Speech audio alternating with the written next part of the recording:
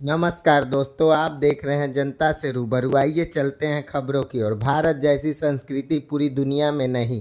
कथावाचक स्वामी चिन्मयानंद बापू। रायगढ़ शहर के रामलीला मैदान में 28 नवंबर से 4 दिसंबर तक श्री राम कथा सप्ताह का आयोजन विश्व कल्याण मिशन ट्रस्ट के तत्वाधान में किया जा रहा है।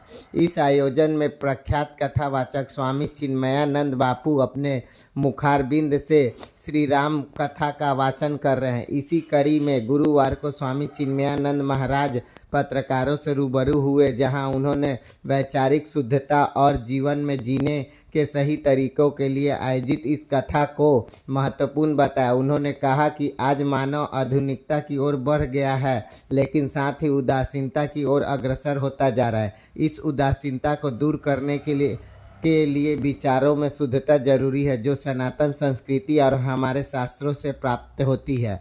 शास्त्र ही मानव को नया ऊर्जा प्रदान करते हैं।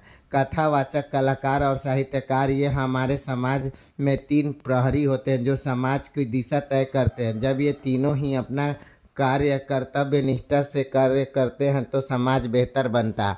आइए सुनते हैं क्या कहा कथावाचक चिन्मयानंद महाराज ने। देखिए पूरी खबर। चरित मानस कथा के लिए आए हैं। कैसा रायगढ़ का माहौल है और क्या कुछ राम भक्तों के लिए कहना चाहेंगे? रायगढ़ का माहौल बहुत अच्छा है, और केवल रायगढ़ ही नहीं, मैं तो पूरे छत्तीसगढ़ की बात करता हूँ। राम जी का ननिहाल है। कल भी मैं कथा के माध्यम से कह रहा था कि जहाँ की माँ कौशल्या इतनी विनम्र और इतनी सरल हैं, उनके सुपुत्र ने अपनी सरलता का सद्गुण अपनाकर पूरी दुनिया को एक बड़ा अच्छा मार्गदर्शन दिया।